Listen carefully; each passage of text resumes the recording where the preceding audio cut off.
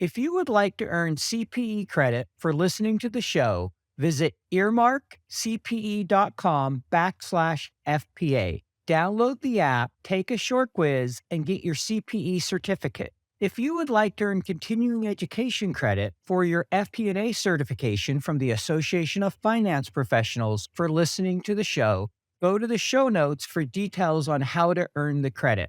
Finally, if you enjoy listening to FP&A Today, please go to your podcast platform of choice, click the subscribe button, and leave a rating and review of the show. And now, on to the show. From Data Rails, this is FP&A Today. Hello, everyone. Welcome to FP&A Today. I am your host, Paul Barnhurst, aka the FP&A Guy. FP&A Today is brought to you by Data Rails, the financial planning and analysis platform for Excel users. Every week, we welcome a leader from the world of financial planning and analysis. Today, we are delighted to have on the show with us Tunc Tezel. Tunc, welcome to the show. Hello. Thanks for having me. Yeah, very excited to have you. So a little bit about his background. He's coming to us from the London area. He has a bachelor's degree in industrial engineering and his MBA. He currently is working as a senior leader at Ontex, and he's worked for such global companies as Procter Gamble, British American Tobacco, Pladis Global, and Ontex. So where we like to start each show is with a fun question we like to ask everybody. So we'll give you this one and see what your answer is. What was the most challenging or worst, however you want to define it, budgeting experience you've had during your career? Well, it's a nice one. I think it was in 2001. I'm originally Turkish, so I was in Turkey at that time. In 2001, it was during the economic crisis, where the overnight interest rates hit 3,000% and the Turkish lira was devalued by 60% overnight and continued devaluing 120% throughout the year. So as you can imagine, the market was very speculative and all the companies were either not selling anything, stopped selling, or increasing their prices frequently. So we had this crisis team in place, and then we were meeting like twice a day, checking the pulse of the trade and the consumers and such, on a constant basis. And we were just selling based on the consumer demand to avoid the stockpiling or the profiteering with the distributors or the retailers. And then we were changing the prices on a daily basis, as you can imagine. And then we were asking for cash payments. Our receivables, as you can imagine, they were halved. We incurred massive losses, both due to the foreign currency loans and also the import payments. So the balance sheet just collapsed. We had a smaller problem because of the receivables. They were much smaller in the US dollar terms, so we lost half of it. So that was a kind of a very difficult time that when I look back, I learned a lot from that. Yeah, I would imagine you learned a lot. And so kind of speaking of that, I'm curious, what were maybe the key learnings or the takeaways from going through that time of just economic upheaval, right? And just drastic changes overnight and flipping everything upside down, so to speak. True. First of all, you become very agile. And, you become resistant, I would say, as well, having lived in that environment, and then learn to stay calm. Because if you panic, it's the worst thing that you can do. If you stay calm, everybody stays calm. As leaders, you look up. If the GM is calm and, giving the orders, you're listening to everybody and then making the calls together as a team. I think that was the key thing I learned. And the other one is, it's a cliche, but sales is vanity, profit is sanity, and cash is reality. So at the end, you have to have the cash. Yeah, because to say cash is king, cash is queen. Yeah. As I heard someone once say, you have a going entity till you don't have cash, right? You have a business till you don't. And when you don't, it's always because of cash. True. So true. So really good point. I appreciate that one. So why don't we start with just you telling us a little bit about yourself and your background and what you're doing today? Sure. When I was deciding for the university, I wasn't sure about engineering or business administration. So I ended up in the industrial engineering. It's just in between. Yep. Then I completed my MBA and chartered management accountancy so that I can have a career in finance, having grown up with a father who was a banker. So I think that influenced me a bit. Sure. I believe studying engineering also gave me the analytical thinking capability, looking at things in a holistical way with a, process mind or process perspective. And, also growing up in Turkey with such economic volatility and the political volatility made me a bit agile in terms of thinking and decision making. And also, I strongly believe that any decision is better than no decision under the circumstances. If you have to make a quick decision, Mm-hmm. and with the Pareto rule, as you all know, I mean, if you have the 80% of the facts, just make the call. Especially in today's environment after the pandemic, quick decision making, being agile, flexible to adapt, that makes a big difference in the inflationary environment we all operate in. Uh, I lived and worked in 11 different countries, which is an amazing experience, especially if you have the positive mindset and open to exploring different cultures. It's not easy, if you are always on the move, but it requires quick adaptation, especially if you are with the family. So I was very lucky, I was blessed with that, to have the most adaptable and friendly family in that sense. Wherever we went, they just quickly adapted, made friends in the schools or around the schools, and they all loved and enjoyed traveling. And when we came to London, we were Iran we were in Iran before London, and after 2 years my son was saying, so what's next? And I was like, we are staying here. It's nice, for your education and such. We should stop hopping around.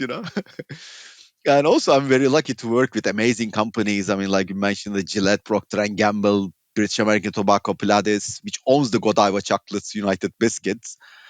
Then, now with Ontex, I met amazing people, colleagues, bosses, and friends across the globe. So, and the great part of that is wherever I travel, I can get a coffee with an old friend, and catch up. Yeah, I was gonna guess wherever you go, you probably know somebody. So do you have a kind of a favorite place that you've lived? Like maybe one place that was really unique or that you particularly enjoyed? Because that's a lot of different countries, and I'm sure on top of that you've traveled a lot. So is there maybe a place you really enjoyed that you've True, lived? true. I mean, London is special for us because that's where we met with my wife. But I think we Sure. have amazing time in South Africa. We loved it, and it's because of the people. When from the day we moved in, we were living in a big compound, and every weekend we were invited to a barbecue. They call it braai over there. And then you meet people, and they were like, "Hey, why don't you come to us tomorrow evening?" And then we were just hopping around to different houses and meeting different people, lovely people, so friendly. We never felt alone there.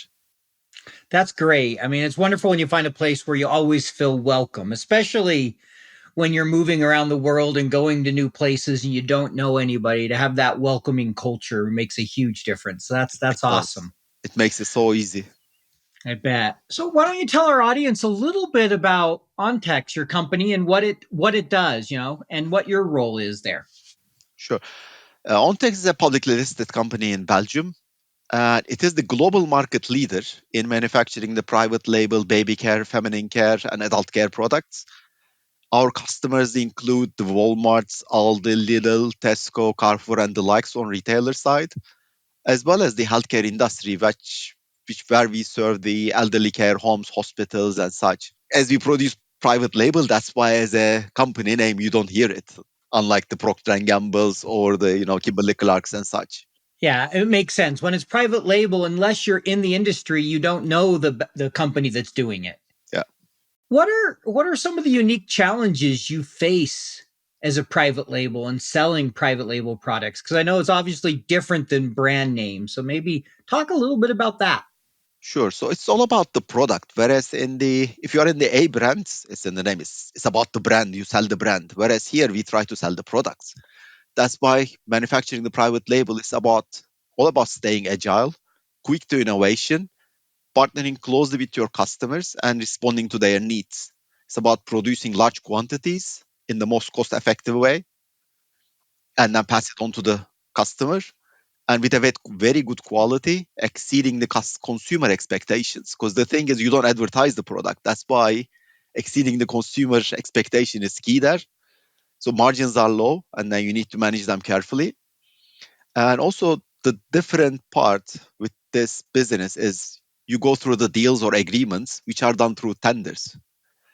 So the key discussion during those negotiations is to move away from the pricing and the discounts and focus on the quality, innovation, and value addition to the consumers. And following the pandemic and with the recent inflationary environment, we see a certain downtrading from the consumers. We have been seeing that trend across Europe for some time now, and it's coming over to US as well. The conversion from a brands to private label is initially through pricing. Economically Mm-hmm. challenged consumers, they are looking for cheaper alternatives. Yep. And then, once they try and see the quality, which is very similar to the A brands, then they become hooked to your products. And that's the key thing. Then they become your product ambassadors, not brand ambassadors, because it's not about the brand, it's about the product. And the word of mouth becomes your advertising. And sometimes the retailer brands they become so successful, they overtake the A brands in some markets. I Mm-hmm. can proudly say that as an example in Poland, we are the market leader in baby care products. So well above the famous A brands. And the discounters such as the Aldi, Lidl, they have done this strategy so successfully across Europe, now expanding into the other markets. And all the other big retailers are following this trend. Yeah, no, I've done private label for years, and if it's a good product, I don't care what the label is on it. If you're going to charge me 30 cents less or whatever the price may be, and you're just as good quality, why wouldn't I do it? But I think historically there's been some fear. It took time in some areas for the product to be at the same level. I've definitely seen that. Like I remember as a kid trying some private label cereals, and they were pretty bad compared to the brand name. And today I notice no difference. True, And true, so, I'm definitely one who's willing to try it. And I would totally agree with you. In an inflationary environment like we've seen, everybody's looking for ways to save money. And a great way to do that is to switch to a private label when you're getting a product that sometimes is superior, true, often at least parity, and almost always a lower price when you go private label. true. And these retailers, I mean, they are giants. So they demand good quality products. So they don't go Sure. for anything less. So that's why I mean that you can trust retailer brands in that sense. Yeah, no, that makes a lot of sense that you can trust that they have to keep a certain quality because of their size and what they're doing. And one thing you mentioned margins are really thin there. So I'm guessing it's primarily a volume play. It's really you got to get large quantity to get the return for private label. Is that a fair kind of assessment? You have to sweat your assets, sweat the machinery and such. So that's why the volume is critical. But again, going for the consumer to win it in their mind, it's about the quality of the products and the quicker the innovation you bring into the products. And that's why we are trying to differentiate. So it takes a brands, a longer time compared to us, and then we can just imitate and even do it better than the others in such a short frame. So bring it back to the market, and that's the key, I think, winning uh, with the retailers. They see that we have that because we are not as big as the others, so we don't have to worry about the brand and such. It's about the product. Sure, yeah, you don't have all the marketing cost and those type of things, that constant brand recognition, brand awareness. You can focus all that on the quality of the product and your relationships. Correct. So that's where we invested. You know what it is like. 13 different spreadsheets emailed out to 23 different budget holders. Multiple iterations, version control, errors, back and forth updates. You never really feel in control of the consolidation and collection process. Yep, I've been there. Stop, breathe. DataRails is the financial planning and analysis platform for Excel users. DataRails takes data from all your company's disparate sources. No organization is too complex, consolidating everything into one place, secured in the cloud. Now all your data finally talking to each other. Everything is automated back into your report in Excel. Cash flow, FX conversion, intercompany transactions, now automated and up to date. Drill down and variance analysis in seconds. Don't replace Excel, embrace Excel. Turn your Excel into a lean, mean FP&A machine.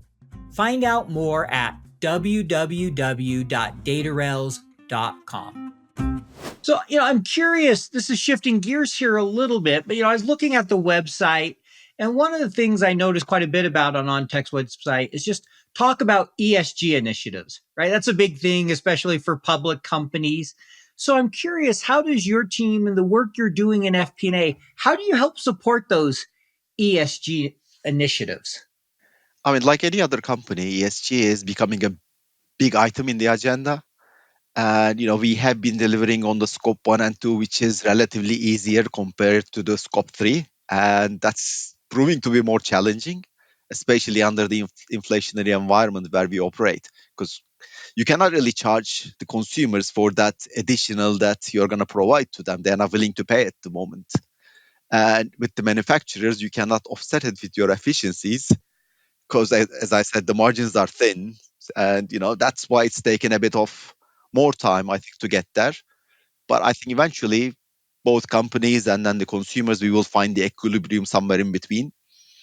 From an FP&A perspective, we are investing into the systems because the requirements are increasing on the reporting side. So we are trying to find the right solution for it. We had a few meetings recently and to improve the system so that we can extract the information from our reporting, be it in your ERP systems easily. It's a bit of a work still, but I think we will get there. I mean, we have to get there anyway because there is a deadline for that. So we are working together with our sustainability team on it. So next year, hopefully within the next first quarter or second quarter, we have to get things done. So working right now on some of the reporting pieces to make sure you can you have the capabilities to meet all the future requirements as they continue to roll out. Correct. I mean, as you know, all the companies, they are sitting on a pile of data at the moment. Mm-hmm. But it's just the key thing is how to analyze that data and get the right metrics out of that, which we are struggling with that. I think everybody struggles with it to a certain extent. I thought AI would just solve it all for us, but I guess not yet. We are not there yet, yes. Yeah, no, data, anyone who's worked in FP&A has definitely dealt with the challenge of, okay, we have the data. It's either not quite the quality we want, not in the format we want, is missing this one field we need, right? Whatever it might be. It's never perfect. And like you said, in some areas, you just have to go with the 80%. At the same time, especially when you have regulatory requirements, you got a baseline you got to get to. And so it's, okay, how can I make sure that it at least covers that so I minimize my risk from a regulatory standpoint? Correct, especially from a reporting, because we are a publicly listed company, you have to report those metrics. So we have to get there. Yeah. And you said you're listed in Belgium, right? Is that where Correct. You're listed? Correct. So kind of speaking of that being a public company, what's it like to help prepare, the CFO and the company for those quarterly earning calls, for, being prepared to share with the market how you're doing? I imagine that's a busy time for you in FP&A. It is. I think that's the fun part of it. And I listened to your episode on the storytelling, and also I wrote an article on the business partnering versus the FP&A and the importance of the storytelling there. Mm-hmm. So before any result announcement, we get as a team together, look at the highlights of the achievements, and then we, dig deeper into underlying the drivers to understand what were they. And then also we check it, how it is fitting with our strategy and the long-term expectations. And if you can link the results to your strategy, you have a coherent story. And also being transparent and open with the board really helps to move forward quickly. We have a very active board. We have a few active investors in there, and they're all very good at listening and advising. And also we have some, as I said, active investors, and makes it easier for us. We do the sound check with them before we go for the announcements, and if we can sell the story to them, it's good to go. That is great to have that sounding board of, okay, if we pass the test with them and they're comfortable that it all sticks together and the story is coherent and transparent, then we know odds are we'll be good in the earnings call. Yes, I think that's why, I mean, the activist investors, they are very important in the boardroom. If you have those guys, they have a skin in the game. So they will be brutal and they will tell you the truth. Yeah, when I always think of activist investors, I'm reminded of one that kind of came in and tried to make a bunch of changes to the company when I worked for American Express. And I kind of laughed because they bought a bunch of the company and they wanted to split it up. They bought a few $1 billion. But basically, to do that, they were starting a proxy fight with Warren Buffett because he was the main shareholder of American Express. And he had once said his two favorite leaders he'd ever met in his lifetime were Nelson Mandela and Ken Chenault, who was the CFO of American Express. I'm like, okay, what private investor is going to dump billions of dollars into a company and think they're going to win a proxy fight with Warren Buffett when he's the main shareholder? Activist investor. They took a $600 million loss, I think, 6 months later. It was less than a year, and it was 600 to $1 billion. And I just remember shaking my head. So that's what always comes to mind when I think activist investors, because I was working for an American Express and watched all that unfold. We're just like, what are these guys thinking? Even if their idea is right, who's gonna go into a proxy fight against Warren Buffett? Exactly. I mean, you have to pick your fights right. Yeah, Pick the exactly. ones you can win. There has to be a lot of hubris there to think you're going to win that fight.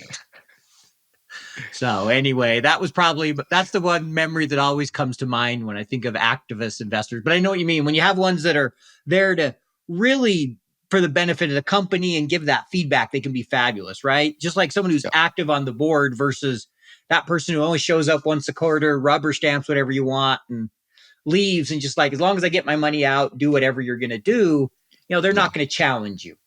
Exactly. If there is no challenge, then you cannot become better in what you do. So 100% agree. It's why feedback is so important. Having that loop and having people that can honestly give you good feedback and help you realize what you're doing well and where you can improve. yes, it's a priceless gift, feedback. I agree. That's what me and my training partner always say when we train people. It's like, please give us feedback. We mean that. We really want it. And then we try to incorporate it in our courses. Sometimes you get it and it takes you a minute to be like, oh, I disagree with that. And you have to set the pride aside. But as long as you have the right frame of mind, it can always be beneficial. True. So true. You wrote an article. We talked a little bit about business partnering and the storytelling. So you wrote an article for Banking CIO Outlook. And in that article, you talked about FP&A versus finance business partnering. Can you maybe talk a little bit about what led to you writing that article? Like, how did that come about? Funny enough, I mean, I was debating with my boss at that time, and then we were talking about the FP&A guys, my team. I always call them commercial partners, commercial business partners, and he was like, "No, they are not commercial business partners. We should call them FP&A managers." So we had that, intellectual debate with him, and I was laughing at it. It's not about the title; it's what you do at the end. It's not. I'm very passionate about the business partnering. I'm very commercial minded as well. Feel always like the right hand man of the GM, so that I can support the business and move it forward. And I kept telling my team that they need to get involved in the day to day business to understand the wiring and the levers of the business, where they can change the shift and make an impact in the business. So this is not about the pure accounting or adding up the numbers or forecasting.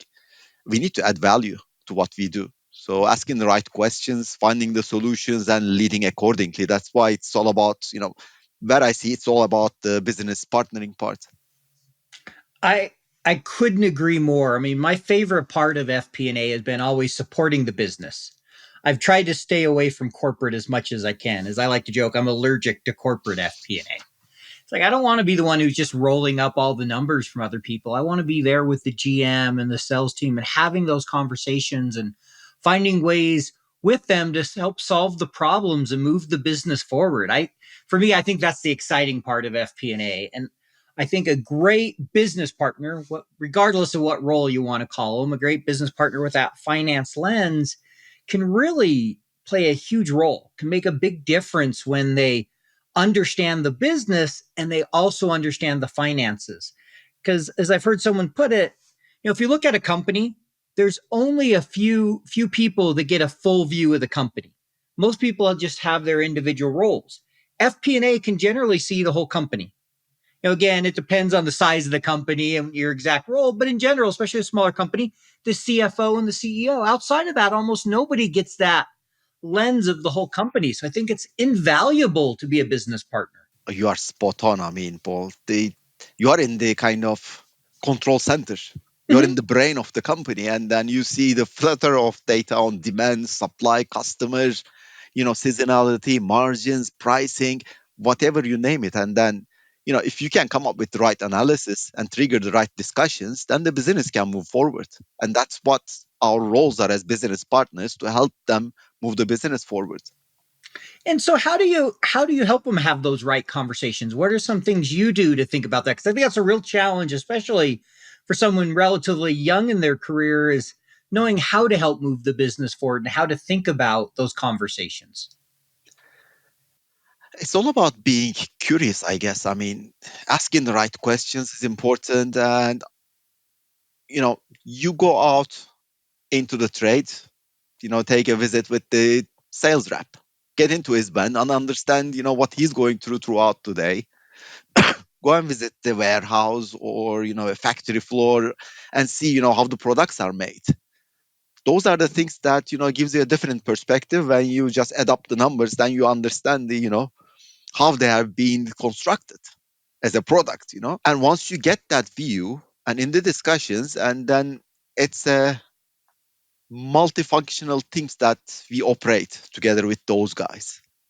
And there you need to ask, again, it's about questioning, it's asking the right questions so that you can get the right answers. So that's I think, key skill, which you learn throughout the time.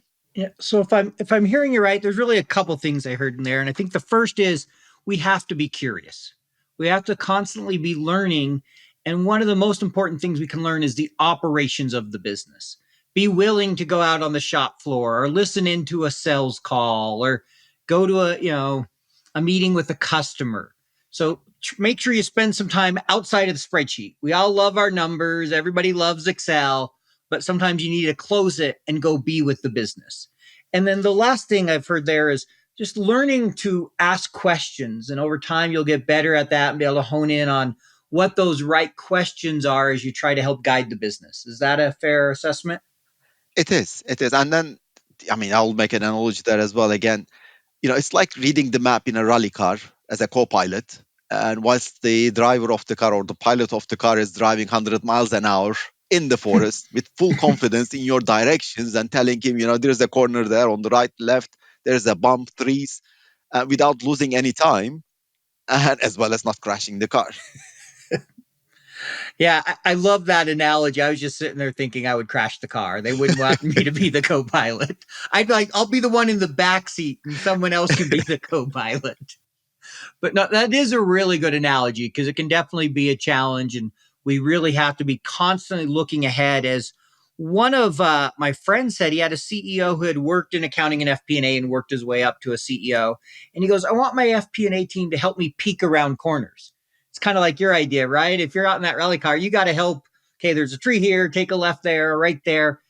Another person put it as one of the best skills FP&A can have is being able to anticipate. Called it, the great anticipator. And so I think Correct. it's kind of like what you're talking about. We have to have that ability to kind of be able to look ahead to a certain extent and help the business see where they should be going or what the pitfalls could be. Correct. Looking into, again, it's keeping the pulse of the business, understanding the business together with your, commercial guys. And then you can help them navigate through that storm or, navigate through any of the negotiations and so be there with them. Yeah, I like the navigation analogy. That's a good one. So, you've talked a fair amount about business partnering. We both talked about how that's a crucial today. But how does an FP&A professional, what skills do they need to be a great business partner? We've talked about the curiosity. We've talked about, a little bit about anticipation, but what are some of the other skills that you think are really important for great business partnering? I think one critical one is about storytelling. It's not about only the numbers, but bringing the numbers to life, understanding what's behind the numbers. And it's the key differentiator in a data-driven world. Otherwise, we could easily replace by the bots or the artificial intelligence. So we need to be providing clear insights and influence the decision making. So get the understanding behind the data. And one other key thing is building trust with the suppliers. And coming from that rally analogy, they need to trust you so that when you tell them turn right, they immediately turn right. And it's not only with your commercial teams or suppliers, it's with customers and everybody involved in that. You need to build that trust with them. Credibility is important, and we need to keep the integrity at all times. Working with cross-functional teams so that you cover all the angles, that's important. You need to involve others as well, so you cannot be we are not superheroes. We oversee all the information, but I think it's going to be too much to expect from a one man to give all the advice to everybody else. That's why you need all the brains around you. You come up with a team solution. Yeah, and that's why it's partnering, right? We're all in this together. It's not, oh, here, I'll tell you what you need to do as a business. If that's your approach, you're not going to get very far. Generally, nobody wants to hear that from the finance person, Yeah, or from anyone for that matter, but true, I'd say true. particularly finance. And so I really liked one of the things you said in there. You talked about just the importance of storytelling. I know in your article you talked about how that's a key skill for FP&A professionals today. So, how do we become better storytellers? What has worked for you in your career? If my memory is not wrong, in one of the interviews, Morgan Freeman, the actor, he said, I always believe that there is a reason why we have two ears and one mouth. So we listen twice and speak once. I believe in active listening, and going back, being curious is key for me. Going out, be with the teams, understanding the wiring of it, watch them, how do they do their jobs, understand, ask the questions. That really helped me understand the wiring of the business, and also helped me to recommend improvement areas as an outsider. Because when you come out with a different perspective, I mean, you can tell them that, "Oh, have you tried doing it this way?" Or if I give you a different laptop or an iPad instead of a computer, then, it's going to cut your data entering time by this much. And they love this kind of, they're like, wow, okay, I haven't thought of that, because I always worked on the computer. I never thought of the iPad. Again, just on the storytelling, it's just, let me tell you a funny story from my days in Dubai. We prepared the budget for the Middle East and Africa region, and then we Mm-hmm. submitted. And then the marketing guys in the headquarters in London, they came back and said that, we are going to increase your budget for the deodorant sales because, Middle East is very hot, so you should be selling more deodorants. And then I invited the marketing director to Dubai. He's a friend of mine. And then I arranged him a trade visit together with the sales rep in a van in July. So they went out. It was around 50 degrees centigrade, trying to sell deodorants. So I left them for a day, 8 hours, full out. Then I met him in the hotel. He was exhausted. And then I asked him, do you still believe that we can sell more deodorants, under these conditions? And he was like, no. Then think before you ask for more. It's all about understanding what you are asking from the others. Yeah, that's a great way to help them understand. I like that. It's a really good story. And sometimes, as I say, there's no better way to understand somebody's needs or where they're from than walking a mile in their shoes. And that's basically what he did, right? It He had makes to the walk a difference. full Yes. day in very hot heat. And Yeah. I'm sure he was miserable by the end of those 8 hours. I used to live in Phoenix, Arizona. And so I've been out in that 115, 118-degree heat. And you're out there very long, it's tiring. It is. So I It can, is. yeah. All right. So, next question here for you, kind of shifting gears. We've talked a little bit about storytelling, business partnering, what you're doing. But I'm curious, as you look forward, we get ready to head here into 2024 and beyond. What do you see as maybe the biggest challenge? And then on the flip side, the biggest opportunity for FP&A going forward? I mean, it's a great question. I was gonna say, if you didn't say the opportunity, I would say I'll see it as more of a opportunity rather than a challenge. but it's the use of data and introducing the artificial intelligence. I think probably everybody knows it, Hmm. but it's just we haven't cracked the code yet. We haven't found the smart way to, how we integrate artificial intelligence into our systems and get the best out of it so that we can improve the production, supply, demand, the whole supply chain or the value chain of the whole thing so that we can become more agile and, responsive to consumer and customer needs. And I think the one who's going to crack that code will be ahead of the rest. I agree with you. It's really how do we crack the code of using our data and getting to the point where AI can help us be more effective, efficient, new insights with their data. I've seen a lot of different tools out there, and there's a lot of great ideas coming, and they're coming rapidly and fast. I mean, anyone who's look at AI over the last year, I'm sure at times has been amazed at what it can do. I know I have, like, oh wow, that's actually a really good answer. I didn't expect that. Not every time, but quite a bit. And so I agree with you. That's the biggest opportunity right now is how do we incorporate that into our companies effectively, efficiently, both from a cost and a user, and really, take that insights to the next level. True, true. It's not about the cost saving per se, replacing the FTEs by the bots and such. It's beyond that. I agree. I am fully with you. It's about the productivity improvements and the good decisions. I know so many people worry, is AI going to take my job? And it's like, sure, will some jobs be taken by AI? Of course they will. Were some Of jobs course. taken by the internet? Every invention, there are some jobs lost, but there are jobs gained. Usually over time, it's almost always a net positive because we continue to employ more people and have more people in society. It's just reality. But anyone who's looking at it strictly around cost savings, I think is missing what it's really about. If that's your only focus of how can I get rid of, some of my FP&A team, or how can I get rid of, some of my billing team or whatever. You need to think broader than that to really take advantage of it. It is much broader than that, like you said. I mean, it's about getting that opportunity and getting it into the business so that you create a better experience for, not only your company, but also your customers, your, suppliers, and also the end consumer at the end, how you can respond to it in a very quick way. Agreed. So I have another question here for you, and then we're going to move to our get to know you section. So this last question here in this section is one we like to ask people about what we call a strategic moment. So can you, as you look back over your career, can you tell me about a time you experienced a strategic moment? What I mean is, you had a strategic insight that later empowered you to drive change within the organization. When I was in a regional role, we have done a SWOT analysis of the industry and all the players at a very global level. And then we called this a chessboard. So it was in a way that we could see if we make this move, how are they going to respond? And then if they make that move, how we are going to respond to that? It Sure. was a great simulation. And then I took that learning and moved on to a local finance director role.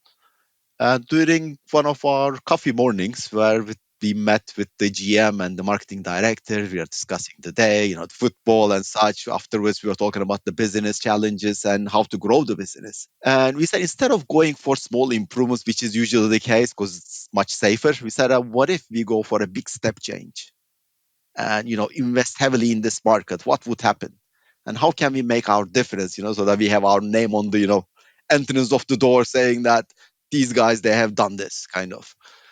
And then so similarly we did that SWOT analysis for our market and complementing it with the pricing model, which was I think the key in terms of making it happen based on the live consumer data, which was great at that time because I mean we were so close in terms of our estimations. If we get the price elasticity right somehow, and whatever price changes we made, we could see the reaction of the consumers, which was amazing. And also we looked into from a marketing side, how we can understand the consumer better and what really they want. So we went to the board and present a case that we asked for a significant investment to invest into the sales force and coverage, and then also a repositioning of a brand, relaunching it in a different way at a compelling price point. That was the outcome of this pricing models and the study that we have done. and it was approved. And then within 18 months of time, we gained 2.5% market share. And this not only improved our financial results, obviously, but the whole team mentality was changed because we were a small player in the market, and we were always kind of trying to, get, small steps and such. And we all start thinking differently. It gave a different, kind of self confidence in us, and also a winning mindset in the market. So that was the kind of big change in the market.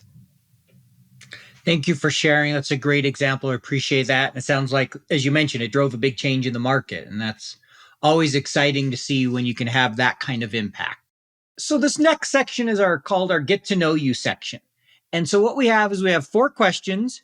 You get around 30 seconds to answer each of these. So the idea is kind of go through them a little bit quickly here, but give you a minute to answer. And so I'm going to start with the first one. This is one we like to ask everybody. What is something interesting about you? Maybe something that not many people would know. Kind of a fun fact. I enjoy cooking.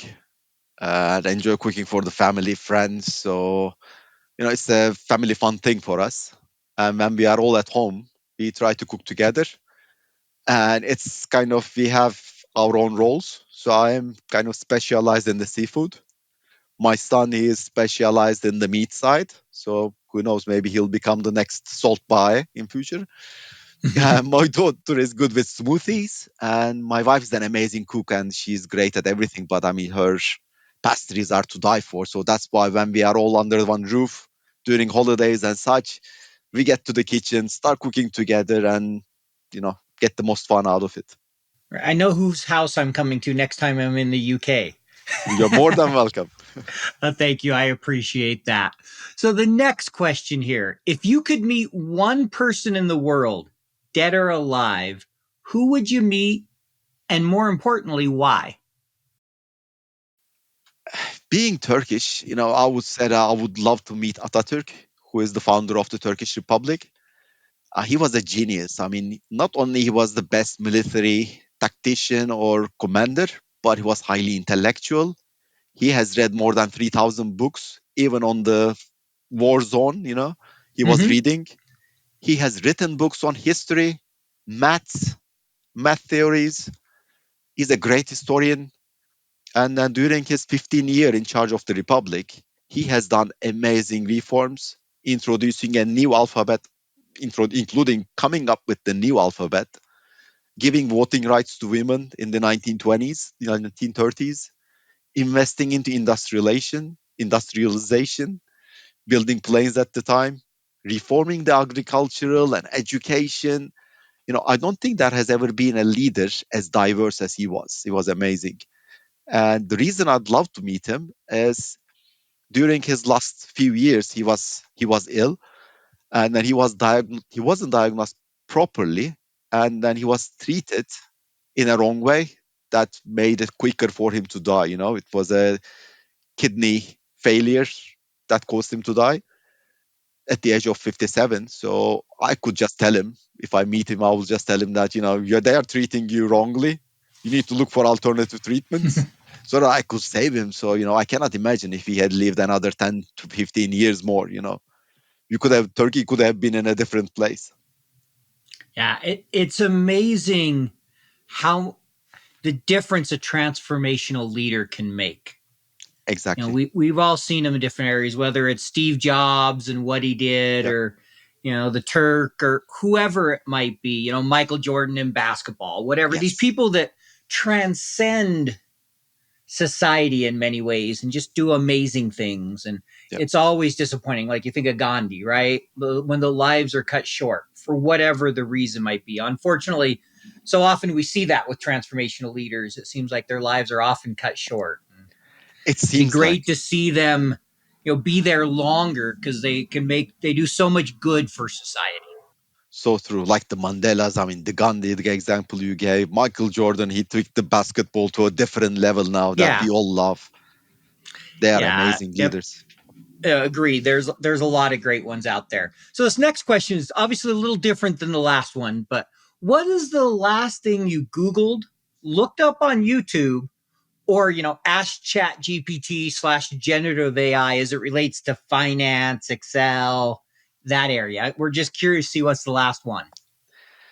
Funny enough, I try to use it, not as often as my kids, but I'm trying.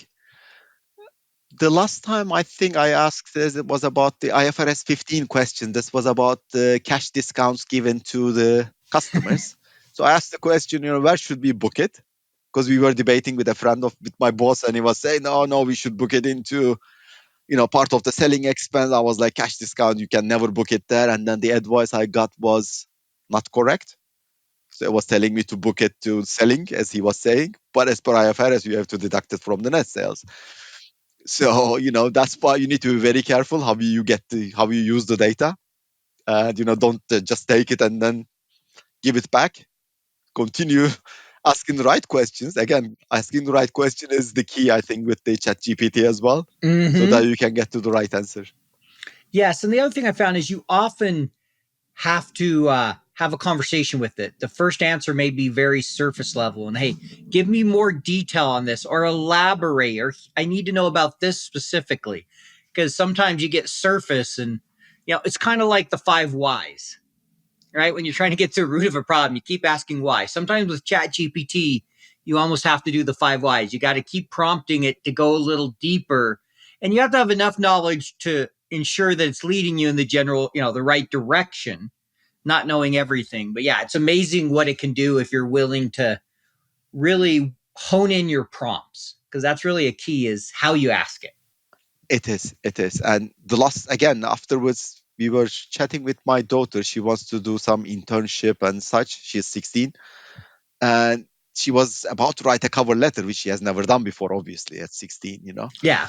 So I said, why don't you write your interest in ChatGPT, what you are interested in, what you have done, and then, some of the, the academic achievements and things like that, and then tell her what you want to do later on, where you want to do your internship. And then she entered all those data and such, and then poof, the cover letter came up. I said, okay, now read it, and then make the changes according to yourself, because this is not you, it's ChatGPT. So you have to personalize that. And that was great. It worked miracles there. Yeah, no, I've heard a lot of people starting to use it to help with resumes and cover letters, and it is a great first draft. It is, exactly. It's the first draft. That's important. Yeah, so I'm like you. I'm a big fan of it. It's fun to watch. So as we wrap up here, we're coming to our end of our time. Just have 2 questions left for you. So the first one, if you could offer advice to someone starting a career in FP&A today, if you could give them a piece of advice, what would that be?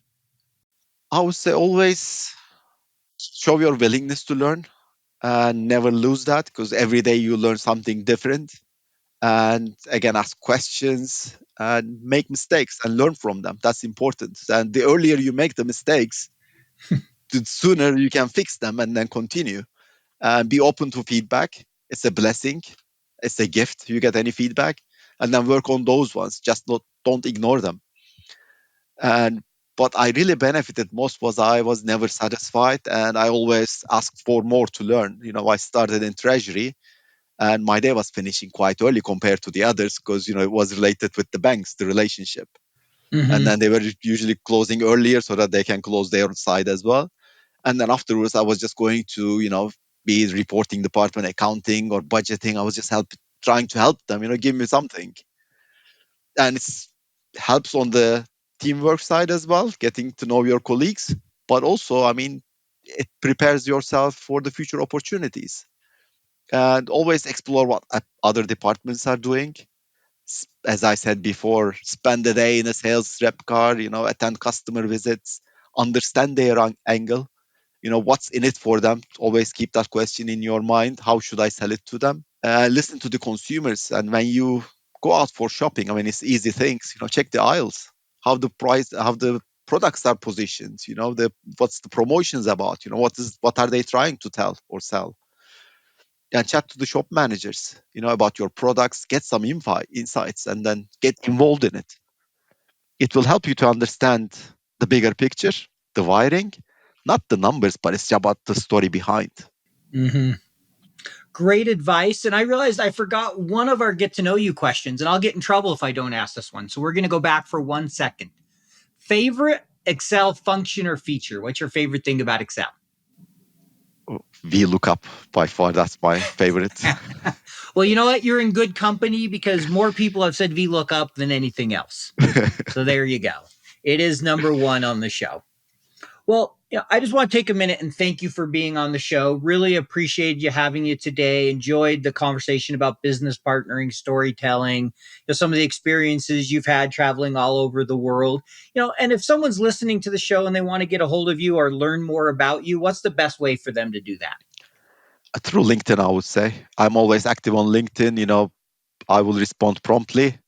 Or alternatively, if they like running, they can join me in Fulham next to Thames in the evenings after work.